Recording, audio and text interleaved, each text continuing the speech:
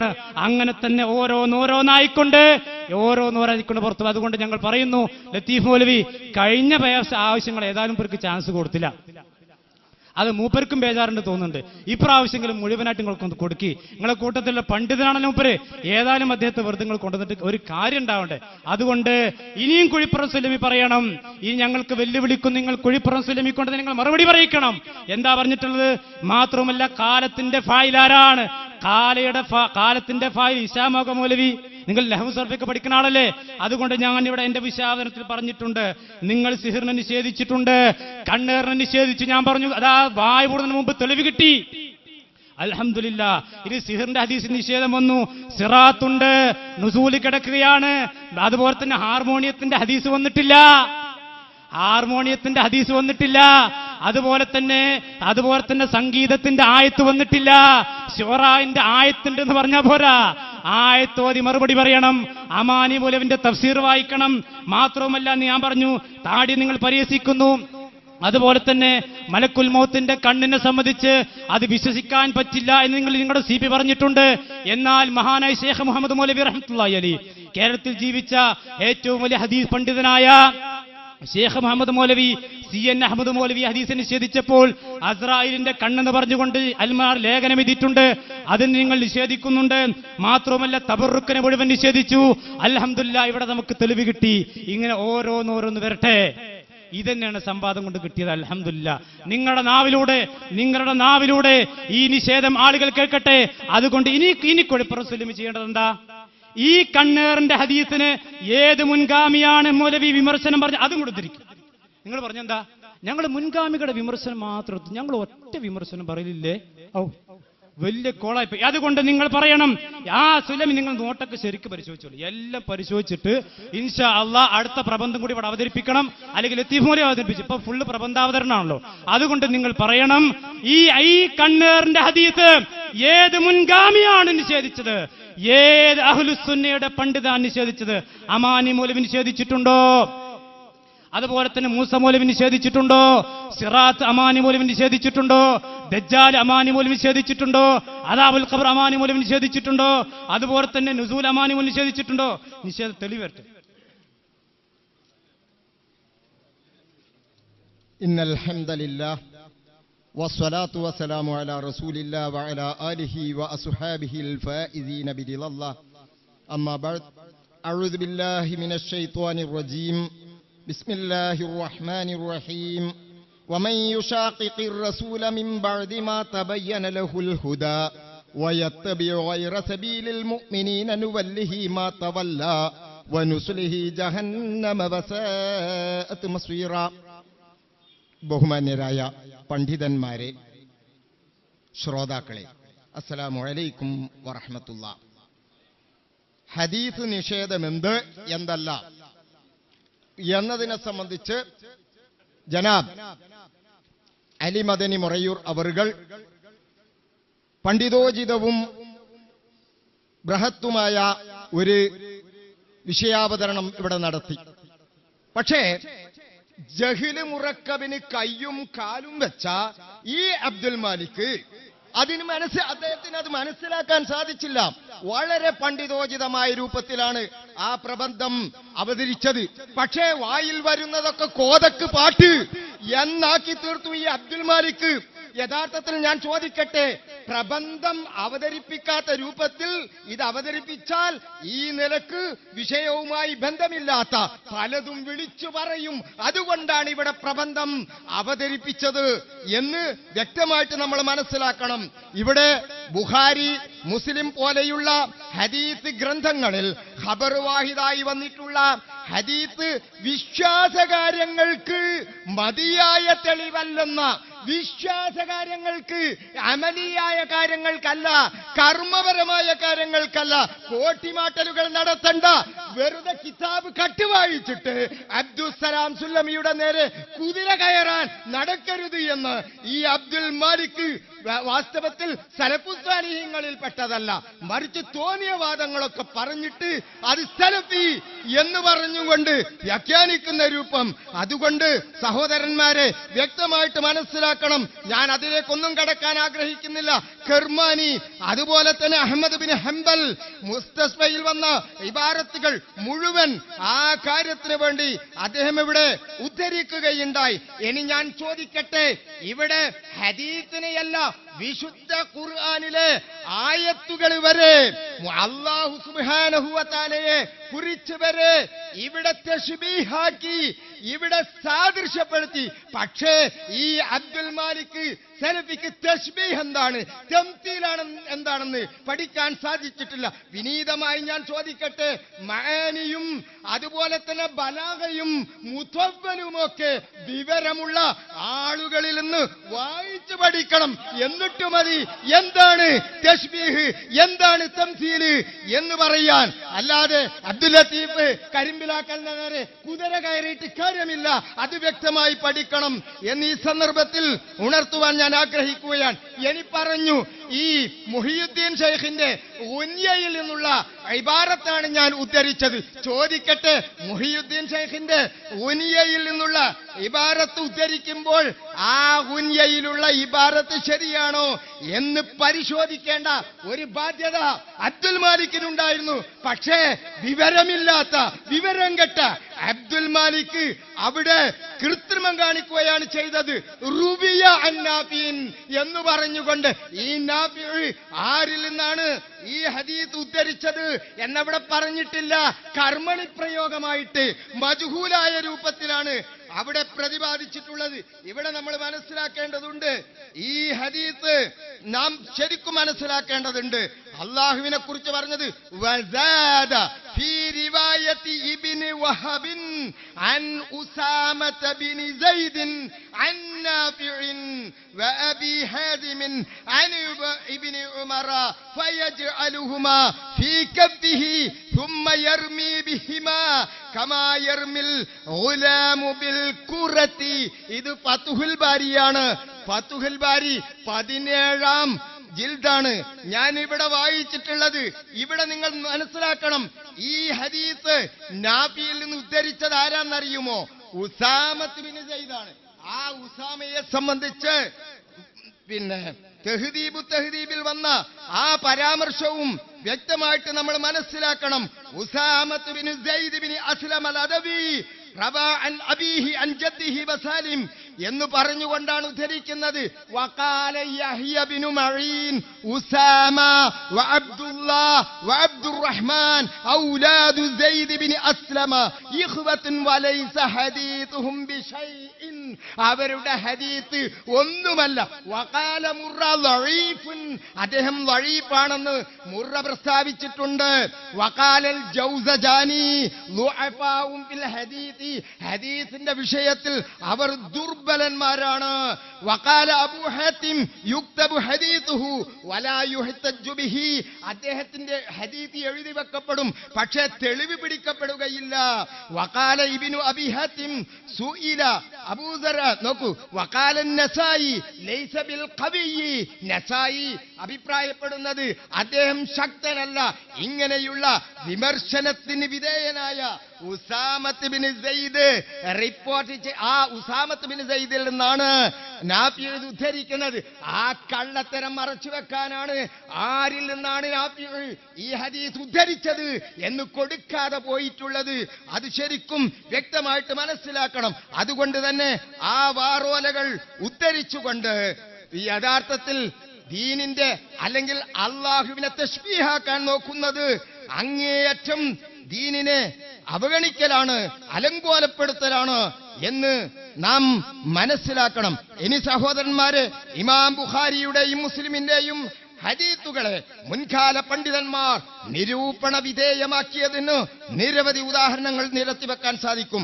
ഇമാം ബുഖാരി ഉദ്ധരിച്ച 205-ാം നമ്പർ ഹദീസ്, ആ ഹദീസിനെ അതിന്റെ വ്യാഖ്യാതാവായ ഇബ്നു ബത്താൽ നിരൂപണം നടത്തി, ഇമാം ഖത്താബിയും നിരൂപണം നടത്തി. എങ്കിൽ ഇബ്നു ബത്താലും ഖത്താബിയും ഹദീസ് നിഷേധകന്മാരാണോ? 2, ഇമാം ബുഖാരി 7416-ാം നമ്പർ ഉദ്ധരിച്ച ലാ ശഖ്സ അഗ്യറു മിനല്ലാഹ് എന്ന ഹദീസിനെ ഇമാം ഖത്താബി രൂക്ഷമായി വിമർശിച്ചു. ഇത്ലാഖു ശഖ്സി ഫീ സിഫാത്തില്ലാഹ് ഗൈറു ജായിസ് لأن الشخص لا يكون إلا جسما مؤلفا فخليق أن لا تكون هذه اللفظة صحيحة وأن تكون تصحيفا من الراوي فتح الباري കിതാബ് തൗഹീദ് മറിച്ചു നോക്കിയാൽ കാണാം ഇബ്നു ഹജറുൽ അസ്ഖലാനി പറയുന്നു അപ്പൊ അല്ലാഹുവിനെ ശഖ്സ് എന്ന് പറഞ്ഞത് ഗൈറു ജായിസ് എന്ന് അബ്ദുസ്സലാം സുല്ലമി അല്ല പറഞ്ഞത്, മറിച്ച് ഫതുഹുൽ ബാരിയിൽ ഇബ്നു ഹജറുൽ അസ്ഖലാനിയാണ് പറഞ്ഞിട്ടുള്ളത്.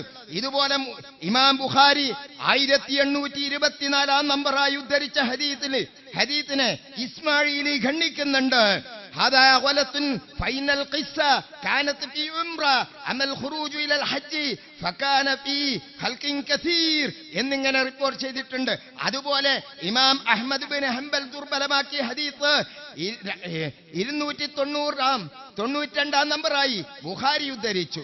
അതുപോലെ തന്നെ ഇമാം ബുഖാരി 1854 നമ്പറായി ഉദ്ധരിച്ച ഹദീസിനെ സംബന്ധിച്ച് മുഖാലിഫുൻ ലിളാഹിരിൽ ഖുർആൻ, ഖുർആനിന്റെ ലാഹിറിനെതിരാണ് എന്ന് മാലിക് ഇമാം അഭിപ്രായപ്പെട്ടു. ഇതൊക്കെ തിരിയണമെങ്കിൽ കിതാബ് വായിക്കണം. പിന്നെ പറഞ്ഞു, ഞാൻ ചോദിക്കട്ടെ, ഇവിടെ ഖബർ ആഹാദ് എന്നത് തന്നെ വ്യാകരണമായി തെറ്റാണ്. ഖബറുൽ വാഹിദ് അഖ്ബാറുൽ ആഹാദ് ജമ്മിന്റെ സീഗയാണ്. ആഹാദ് എന്ന് പറഞ്ഞാൽ അഖ്ബാർ എന്നാണ് പറയുക. വാഹിദ് എന്നത് പുല്ലിംഗ വചനമാണ്, അത് ഏകവചനമാണ്. അതുകൊണ്ട് ഖബറുൽ വാഹിദ് എന്നാണ് പറയുന്നത്. അത് തിരിയില്ലെങ്കിൽ ജബ്ബാർ മൗലവിയുടെ അടുക്കൽ പോയിട്ട് കിതാബ് ഓതി പഠിക്കണം എന്ന് മാലിക്കിനോട് ഞാൻ ഈ സന്ദർഭത്തിൽ ഉണർത്തുവാൻ ആഗ്രഹിക്കുകയാണ്. ഇതുപോലെ തന്നെ നോക്കൂ, ഇമാം മുസ്ലിം 2997 നമ്പറായി ഉദ്ധരിച്ച ഹദീസിനെ ഇബ്നു ഖുതൈബ നിരൂപണം നടത്തിയിട്ടുണ്ട്. അതുപോലെ ഇമാം ബുഖാരി 2511 നമ്പറായി ഹദീസ് ഉദ്ധരിച്ചതിനെ ഇബ്നു അബ്ദുൽ ബിർ നിരൂപണ വിധേയമാക്കി മാറ്റി. അതുപോലെ നിരൂപകന്മാരുടെ ഇമാമായ ഇബ്നുൽ ജൗസി ബുഖാരിയുടെ 3366 നമ്പർ ഹദീസ് ദുർബലമാണെന്ന് വ്യക്തമാക്കി.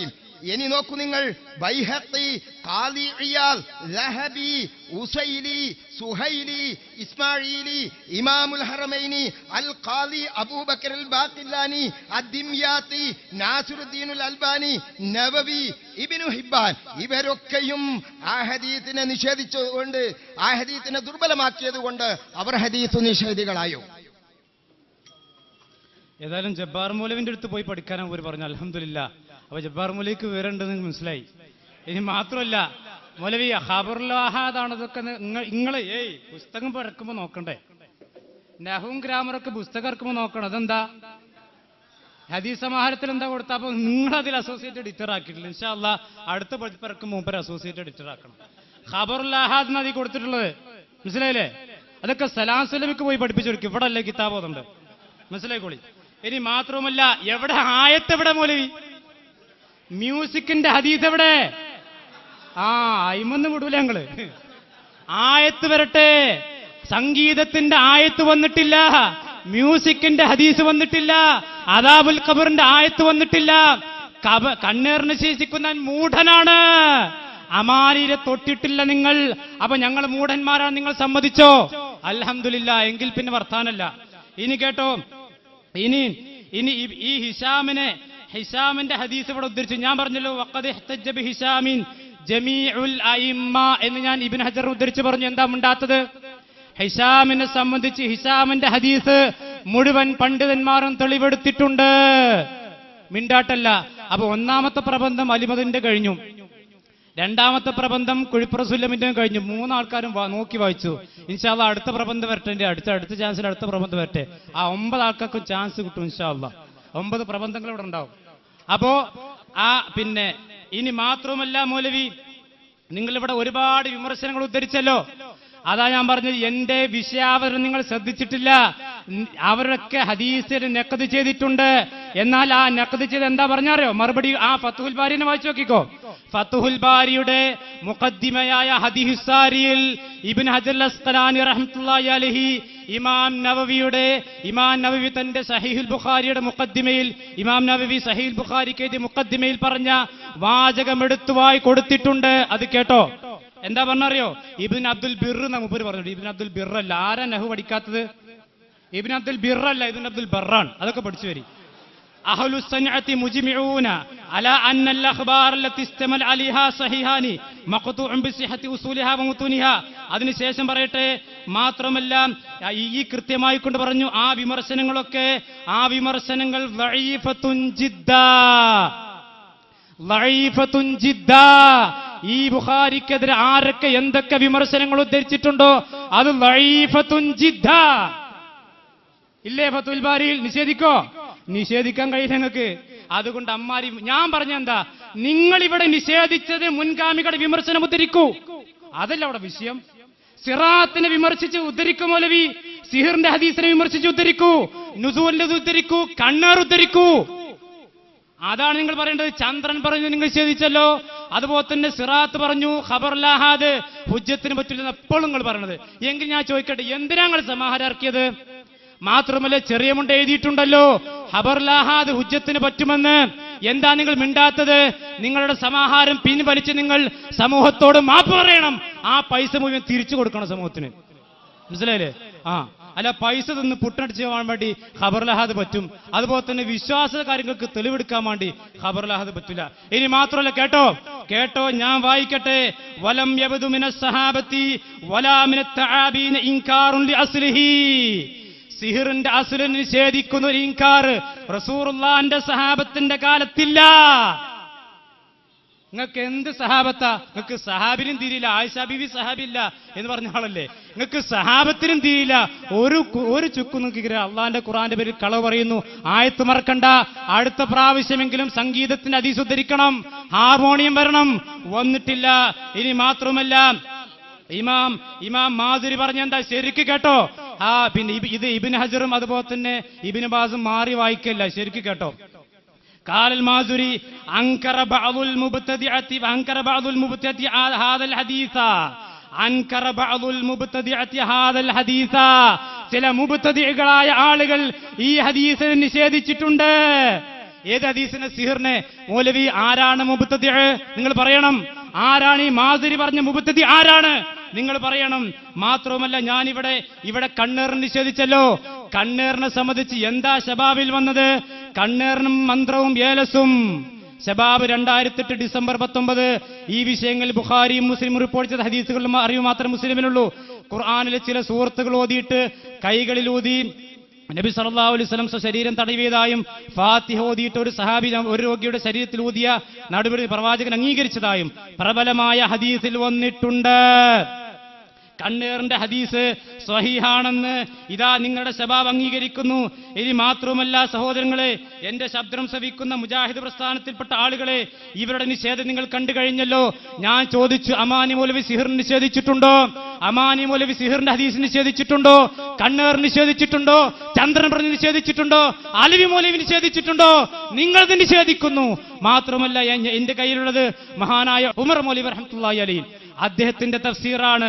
ആ തഫ്സീറിൽ നിങ്ങളിപ്പോൾ ചേകനൂരികളെ പോലെ ഓതിക്കൊണ്ടിരിക്കുന്ന വഖാലൽ ളാലിമുന ഇൻ തത്തബിഉന ഇല്ലാ റജുലൻ മസ്സൂറ എന്ന ആയത്ത് വിശദീകരിച്ചുകൊണ്ട് സൂറത്തുൽ ഫുർഖാനിൽ പറഞ്ഞ ആയത്ത് വിശദീകരിച്ച് എന്താ മുറുമൊലി പറഞ്ഞു? നിങ്ങൾക്ക് ഒരു മുറുമൊലിയില്ല, ആരും നിങ്ങളെ കൂടല്ല. നിങ്ങളൊരു സലാം സലമിയും കുറച്ച് ആളുകൾ മാത്രമുണ്ട്.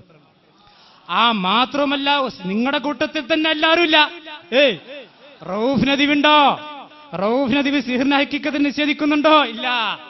കണ്ണേർ നിഷേധിക്കോ? മാത്രവുമല്ല, യമൻ നദീവി, അതുപോലെ തന്നെ ചെറിയ മുണ്ടം. അപ്പൊ നിങ്ങളുടെ എത്ര ഗ്രൂപ്പാണ്? നിങ്ങളുടെ ജമിയത്തുലമ കൂടിയാൽ ഇപ്പൊ എത്ര സിഹിറിനെ സംബന്ധിച്ച് ഇനി കേട്ടോ. ആരോ മാരണം ചെയ്തിട്ട് ചിത്രഭവം സംഭവിച്ച ഒരാളാണ് ഇവർ. അതുകൊണ്ടാണ് ഇങ്ങനെ ഓരോന്ന് പറഞ്ഞ് നടക്കുന്നത്. അതല്ലാതെ യാതൊരു കുഴപ്പമുണ്ടാക്കാൻ കാരണമില്ല എന്നവർ പറഞ്ഞു.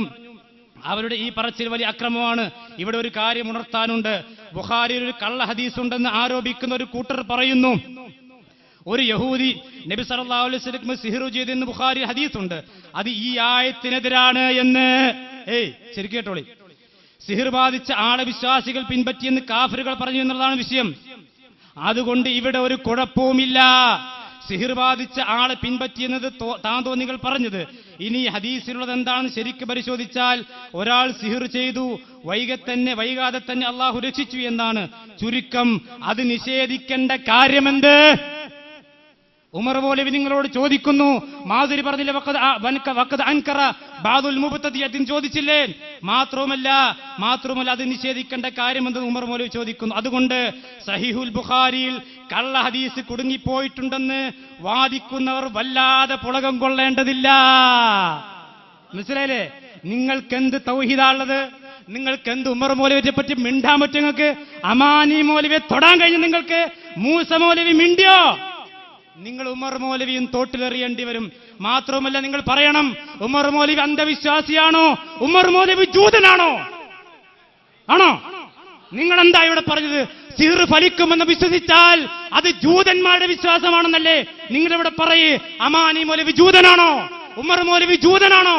അതുപോലെ തന്നെ മൂസ മൗലവി അബ്ദുസ്സലാം സുല്ലമിയുടെ പിതാവ് റഹിമഹുല്ലാ, അദ്ദേഹം ജൂതനാണോ? എന്താ നിങ്ങൾ മിണ്ടാത്തത്? എന്താ മിണ്ടാത്തത്? അതുകൊണ്ട് നിങ്ങൾ മിണ്ടണം. ആ കുഴിപ്പുറം സുല്ലമി നിങ്ങളും മിണ്ടണം. ആയിഷ റളിയല്ലാഹു അൻഹ കാലത്തിന്റെ ഫായിൽ നിങ്ങൾ പറയണം. കാലത്തിന്റെ ഫായിൽ ഇശാമാണോ? നിങ്ങൾ പറയണം. മാത്രവുമല്ല, ഞാൻ എന്റെ വിശാവതരണത്തിൽ നിങ്ങളുടെ അത്തൗഹീദിൽ നിന്ന് ഫതുഹുൽ ബാരിയിൽ നിന്ന് നിങ്ങൾ കള്ള ഹദീസ് ഉദ്ധരിച്ചത്, ഫതുഹുൽ ബാരിയിൽ നിങ്ങൾ കള്ള ഹദീസ് വായിച്ചത് ഞാനിവിടെ വായിച്ചിരുന്നു. നിങ്ങൾ മിണ്ടിയിട്ടില്ല. സംഗീതത്തിന്റെ ഹദീസ് വരട്ടെ, നിങ്ങൾക്ക് കേൾക്കാൻ പോയിട്ടുണ്ട്. സിറാത്തിനെ പറ്റി വരട്ടെ. സിറാത്തിനെ പറ്റി നിങ്ങളുടെ പോലെ നിഷേധിച്ച ഒരൊറ്റ മുൻഗാമി മജീദ് സാഹിബ് നിങ്ങൾ സഹായിച്ചു കൊടുക്കി. മജീദ് സാഹിബ് നിങ്ങൾ സഹായിച്ചു കൊടുക്കി. ആ സിറാത്തിന്റെ ഹദീസ് വരട്ടെ. നിങ്ങൾ നെറ്റിലടിച്ചു നോക്കൂ. ഏതെങ്കിലും മുഅ്തസിലിയാക്കളത് പോരാ, അഹ്ലുസ് സുന്നയുടെ ഏതെങ്കിലും പണ്ഡിതൻ. അതാ ഞങ്ങൾ വെറുതെ പറഞ്ഞതല്ല. നിങ്ങൾ മുഅ്തസിലിയാക്കളാണ്. നിങ്ങൾ ചേകനൂരിസത്തിലേക്ക് പോകുന്നുണ്ട്. നിങ്ങൾ തനിച്ച നിഷേധികളാണെന്ന് ഞങ്ങൾ വെറുതെ പറഞ്ഞതല്ല. മനസ്സിലായില്ലേ? മുഅ്തസിലിയാക്കളുടെ തെളിവാങ്ങക്കുള്ളത്, ചേകനൂരികളുടെ തെളിവാങ്ങക്കുള്ളത്. ഇനി മാത്രമല്ല, CN അഹമ്മദ് മൗലവിയുടെ ബുഖാരി പരിഭാഷയും അബ്ദുസ്സലാം സുല്ലമിയുടെ ബുഖാരി പരിഭാഷയും നിങ്ങളൊന്ന് താരതമ്യം. എന്ത് വ്യത്യാസമായിട്ടുള്ളത്? CN അഹമ്മദ് മൗലവി ദജ്ജാൽ നിഷേധിക്കുന്നു, സലാം സുല്ലമി ദജ്ജാൽ നിഷേധിക്കുന്നു. CN അഹമ്മദ് മൗലവി കണ്ണേർ നിഷേധിക്കുന്നു, സലാം സുല്ലമി അതുപോലെ തന്നെ കണ്ണേർ നിഷേധിക്കുന്നു. നിങ്ങളെല്ലാം നിഷേധിച്ചു.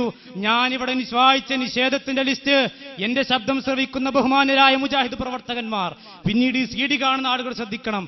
ഞാനിവിടെ സിറാത്ത് ആവർത്തിച്ചാവർത്തി പറഞ്ഞു. ഇവര് മിണ്ടാട്ടല്ല. അദാബുൽ ഖബർ പറഞ്ഞു മിണ്ടാട്ടല്ല. നുസൂലി അള്ളാഹുന്റെ നുസൂൽ പറഞ്ഞു മിണ്ടാട്ടമില്ല. ഖബറുൽ ആഹാദ് അഖീദക്ക് പറ്റില്ല എന്ന് ലോകത്ത് ഏത് കഴിഞ്ഞുപോയ അഹ്ലുസുന്നയുടെ പണ്ഡിതനാണ് പറഞ്ഞത്. നിങ്ങൾ തെളിവുദ്ധരിക്കണം. ഉദ്ധരിച്ചിട്ടില്ല. അങ്ങനെയാണെങ്കിൽ ചെറിയ മുണ്ടം പറഞ്ഞത് എവിടെ?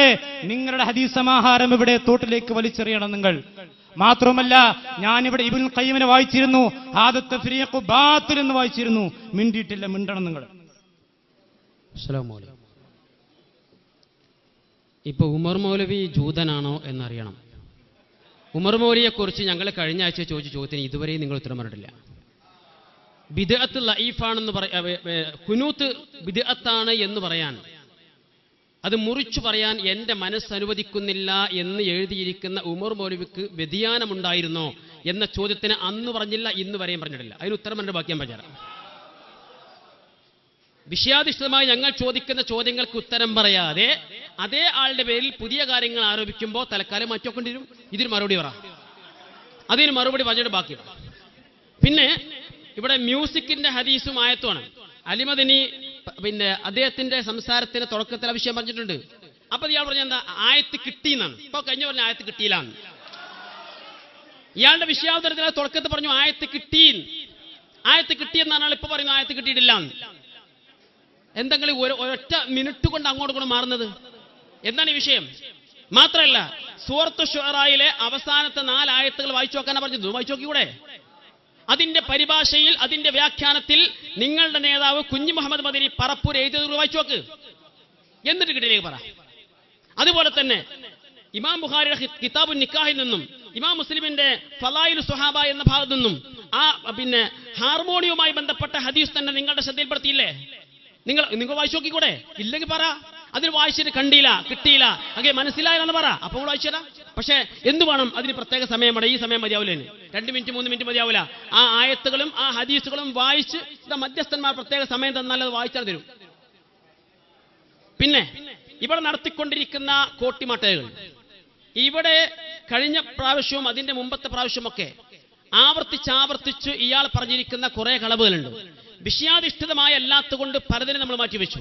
പക്ഷേ ഇന്ന് സംസാരിക്കുന്ന വിഷയം ഇവിടെ നിന്നുകൊണ്ട് തന്നെ ആയതുകൊണ്ട് ഞാൻ അതുമായി സംബന്ധമായ സംഗതി ശ്രദ്ധപ്പെടുത്താൻ. ഒന്ന്, ഇവിടെ അബ്ദുസ്സലാം സുല്ലമി എഴുതിയിരിക്കുന്ന ബുഖാരിയുടെ പരിഭാഷ എന്നാണ് ഏറെക്കുറെ കാര്യങ്ങളൊക്കെ ഇവർ ഹദീസ് നിഷേധം എന്ന പേരിൽ എടുത്തുദ്ധരിക്കുന്നത്. അദ്ദേഹത്തിന്റെ പരിഭാഷയുടെ ആദ്യ ഭാഗം ഇറങ്ങുന്ന ആ ഭാഗമാണിത്. ആദ്യ ഭാഗം എന്ന് പറഞ്ഞാൽ 986 ഇതിന്റെ പരിഭാഷ ഇറങ്ങുമ്പോ, ബുഖാരിയുടെ പരിഭാഷ ഇറങ്ങുമ്പോ അന്ന് കേരള നദ്വത്തുൽ മുജാഹിദിന്റെ ജനറൽ സെക്രട്ടറി KP മുഹമ്മദ് മൗലവിയാണ്. അന്ന് സെയ്ദ് മൗലവി ജീവിച്ചിരിപ്പുണ്ട്. അതുപോലെ തന്നെ പ്രമുഖരായ ഉമർ മൗലവി അടക്കമുള്ള പ്രമുഖരായ നമ്മുടെ പണ്ഡിതന്മാരെല്ലാം ജീവിച്ചിരിപ്പുണ്ട്. എന്നാൽ ആ 986 ഇറങ്ങിയിരിക്കുന്ന ഈ പരിഭാഷയിൽ നിന്ന് 999 വരെ 2002 വരെ ഒരാളും ഒരു ഹദീസ് നിഷേധ ആരോപണവും ഉന്നയിച്ചിട്ടില്ല. മാത്രമല്ല ആ കാലഘട്ടത്തിൽ നിങ്ങൾ പറയുന്ന പോലെ AP വിഭാഗമെന്നോ മടൂർ വിഭാഗമെന്നോ ജിന്നു വിഭാഗമെന്നോ മുജാഹിദുകൾ തിരിഞ്ഞിട്ടില്ല. അന്ന് മുജാഹിദ് പ്രസ്ഥാനം ഒരൊറ്റ മുജാഹിദ് പ്രസ്ഥാനമേ ഉള്ളൂ. എങ്കിൽ സലാം സുല്ലമി എഴുതിയിരിക്കുന്ന ഈ സംഗതികൾക്ക് ഒറ്റക്കെട്ടായി നിന്ന മുജാഹിദ് പ്രസ്ഥാനം ബാധ്യതപ്പെട്ടതല്ലേ? അവരെ കുറിച്ച് നിങ്ങൾ ഹദീസ് നിഷേധം ആരോപിക്കുമോ? KPക്കെതിരെ ആരോപിക്കുമോ? അതല്ല സെയ്ദ് മൗലവിക്കെതിരെ ആരോപിക്കുമോ? ഉമർ മൗലവിക്കെതിരെ ആരോപിക്കുമോ? ആ ആരോപണം എങ്ങനെയായിരിക്കും?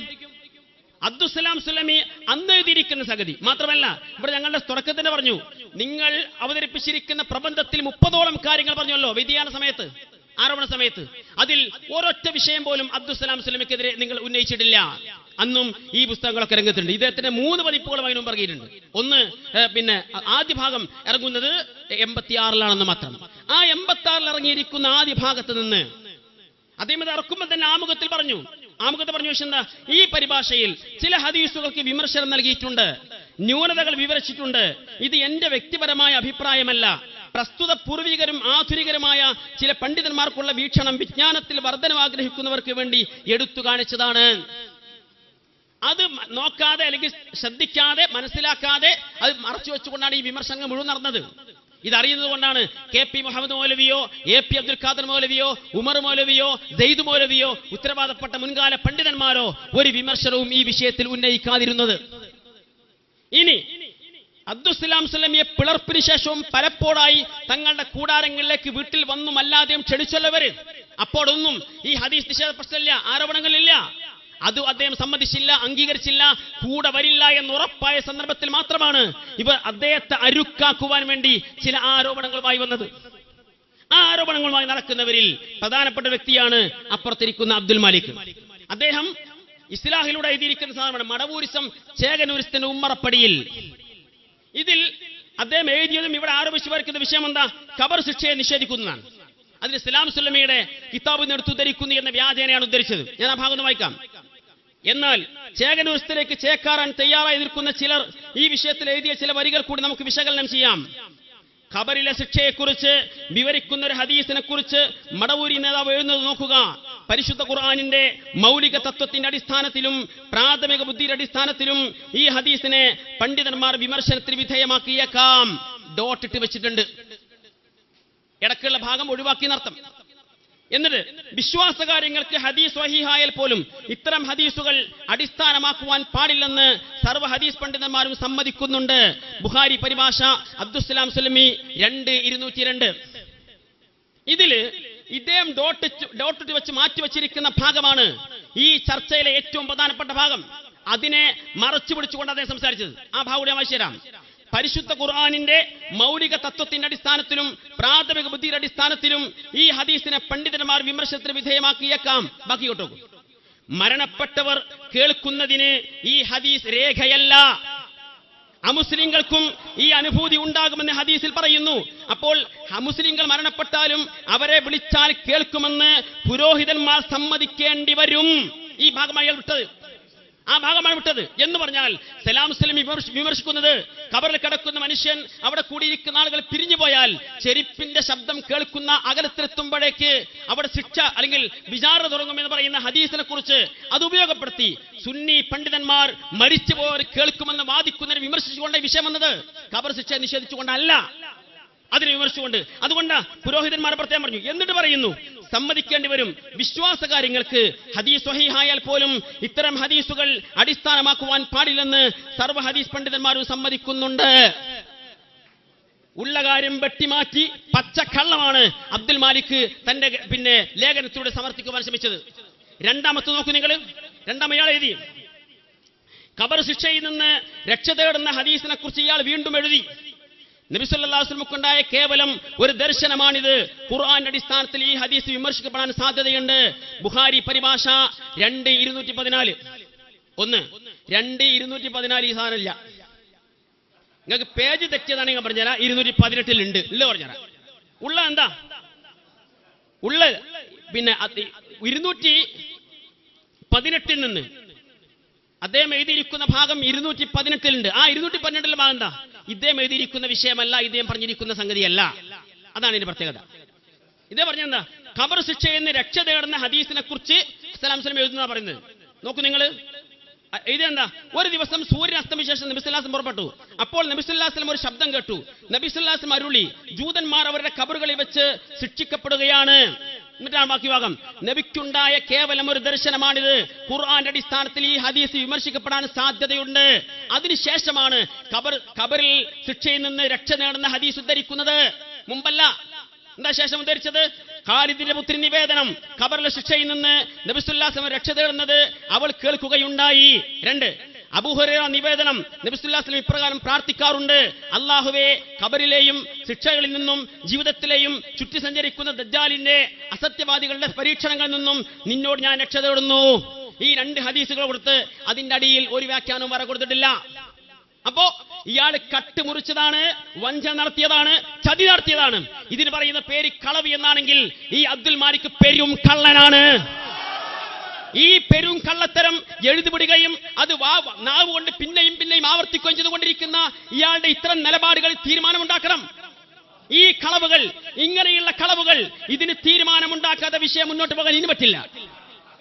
ബുഖാരിയുടെ പരിഭാഷയിൽ നിന്ന് നിങ്ങൾ എഴുതി വച്ചിരിക്കുന്ന ഭാഗം അതിലേക്ക് ബാക്കിയുള്ള ചേർത്ത് വെച്ചുകൊണ്ട് നിങ്ങളുടെ വിമർശനങ്ങൾ സാധൂകരിക്കുവാൻ സാധിക്കുമെങ്കിൽ അതിന് തയ്യാറാവണം. എന്താ ഈ പറഞ്ഞെന്താ?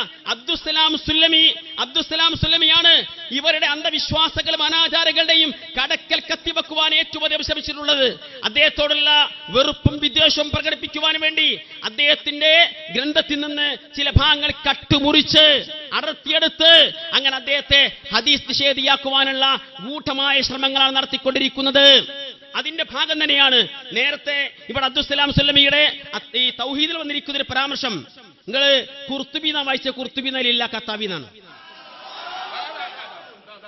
അതാണെങ്കിലോ അദ്ദേഹത്തിന്റെ ഫതുഹുൽ ബാരിയിലെ അദ്ദേഹം പറഞ്ഞിരിക്കുന്ന അതേ പേജിൽ 529 പേജുള്ള വിഷയമുണ്ട്. വേണമെങ്കിൽ കൈ തരാൻ നിങ്ങൾക്ക് വായിച്ചു നോക്കാം. വായിക്കാൻ ഈ സമയം പോരാ, നിങ്ങൾക്ക് ഏറാ വായിച്ചോളി.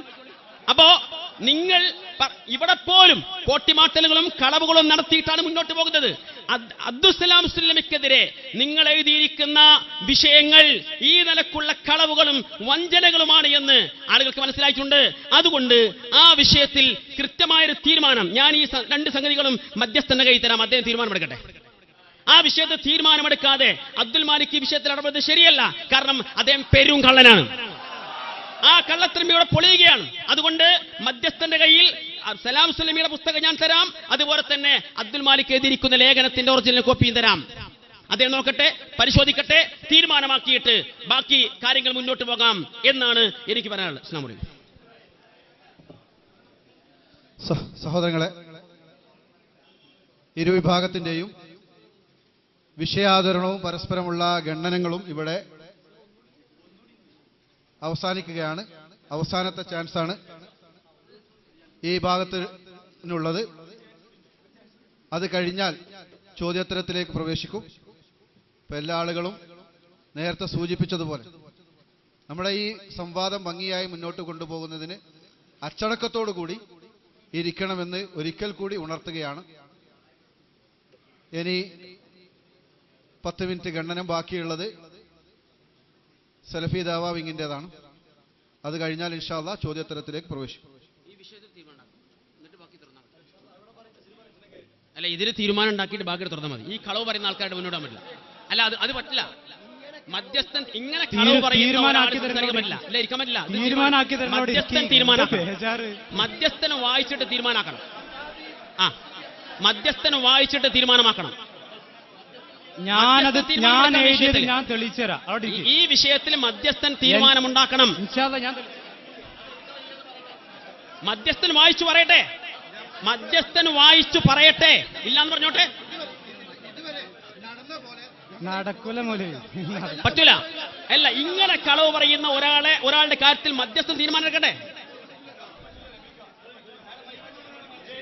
സഹോദരങ്ങളെ, ഇവിടെ മധ്യസ്ഥന്മാരായി ഞങ്ങളെ നിയോഗിച്ചിട്ടുള്ളത് നേരത്തെ ഉണ്ടാക്കിയിട്ടുള്ള ഒരു വ്യവസ്ഥ പ്രകാരം ഈ സംവാദം മുന്നോട്ട് കൊണ്ടുപോകുന്നതിനാണ്. ഇരു വിഭാഗത്തിനും അവരവരുടെ തെളിവുകൾ അവതരിപ്പിക്കുവാനുള്ള സമയം ഇവിടെ നൽകപ്പെട്ടിട്ടുണ്ട്. ഇനി ഇൻഷാ അല്ലാഹ് ഏതെങ്കിലും കാര്യത്തിൽ നമുക്ക് വീണ്ടും ചർച്ച വേണമെങ്കിൽ നേരത്തെ ഉണ്ടാക്കിയിട്ടുള്ള ഈ വ്യവസ്ഥ കഴിഞ്ഞതിന് ശേഷം നമുക്ക് അതിന് സമയം കാണുകയും അത് ചർച്ച ചെയ്യുകയും ചെയ്യാം. അതിലപ്പുറം ഇപ്പോൾ ഇതിനിടയിൽ തന്നെ നമ്മൾ സമയം കാണണം എന്ന് പറയുന്നത് ഈ വ്യവസ്ഥക്കെതിരാണ് എന്നാണ് മധ്യസ്ഥൻ എന്നുള്ള നിലയ്ക്ക് ഞാൻ മനസ്സിലാക്കുന്നത്. ഇതിൽ പറയുന്ന ഇത്തരത്തിലുള്ള കളവുകൾ പറയുന്ന സദസ്സിൽ നിന്ന് ഒരാളും ഇടപെടാൻ പാടില്ല. ബഹുമാനായ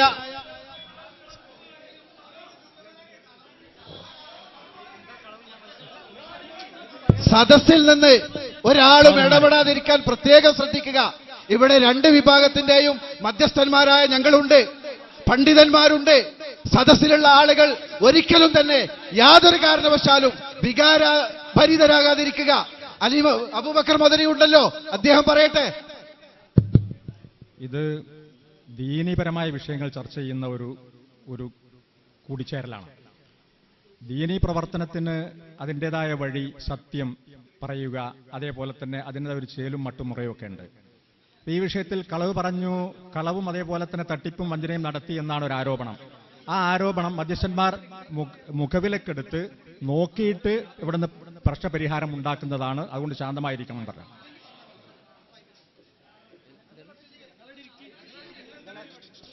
എനിക്കൊരു അവസരം കൂടി, നിങ്ങൾക്കുള്ള അവസരം തരും. മധ്യസ്ഥൻ ഈ വിഷയത്തിൽ തീരുമാനം ഉണ്ടാക്കിയ ശേഷം അതിനു മുമ്പ് നിങ്ങൾക്ക് അവസരം തരില്ല. നിങ്ങൾക്ക് അവസരം തരണമെങ്കിൽ ഈ വിഷയത്തിൽ മധ്യസ്ഥൻ സംസാരിക്കട്ടെ. മധ്യസ്ഥൻ സംസാരിക്കാൻ പാടില്ല.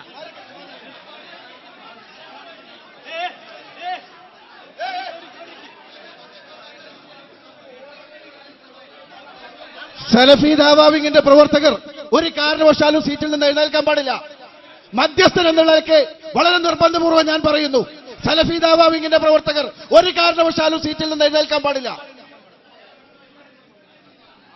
കേനം മർക്കസ് ദാവാ വിഭാഗത്തിന്റെ പ്രവർത്തകർ അബൂബക്കർ മദനിയുടെ വാക്കുകൾ അനുസരിക്കണം.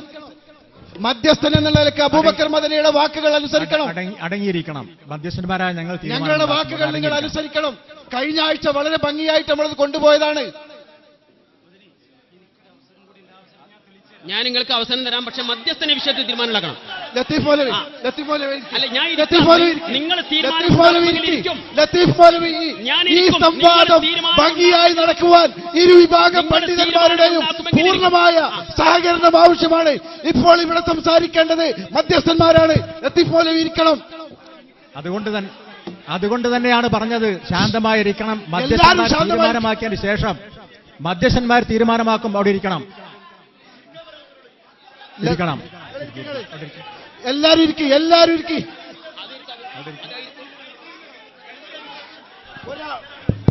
ഒരാൾ എഴുന്നേൽക്കരുത്. ലത്തീഫ് മൗലവിയും ഇരിക്കണം, സലഫി ഇരിക്കണം, രണ്ടാളും ഇരിക്കണം.